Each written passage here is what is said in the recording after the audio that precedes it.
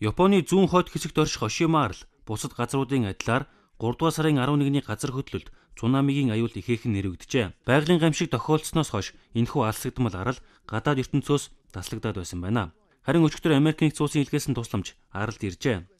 Америкийн 30 усан зэрэг хүнс ус гэх мэт хэрэгцээ хангамжийг хүргэж ирсэн байна. Арлын оршин суугчид ямар нэг тусламж авалгүйгээр 2-7 хоногийн өнгөрөөжээ. Одоо ийхүү тусламж ирээд байгаа ч тэдэнд зарим зүйл утагцаар байна. Америкийн харин болон манай улсын аврах багийнхан тусламжийн бараа хүргэж ирсэн. Энэ бидэнд ихээхэн тусдсан боллоо. Гисэн хэдий ч тог захилгаан ус шатхуун бидэнд хангалтгүй л байна. Бид хүнд хэцүү үеэс гарч чадаагүй л байна.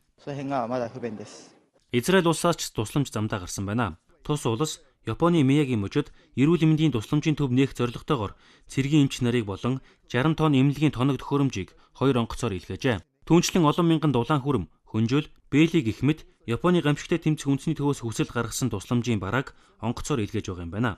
Харин Камбожид хэсэг лам нар болон орон нутгийн иргэд цуглаж гамшигт өртөөд байгаа Японы иргэдийн төлөө залбирчээ. Камбож дахь Японы GO Network-ийн гишүүд байгалийн гамшигт өртсөн нутаг нэгтнүүдэд зориулж хандив мөнгө цуглуулсан байна. Энэхүү хандив тусламжид $1 ч багадахгүй юм а.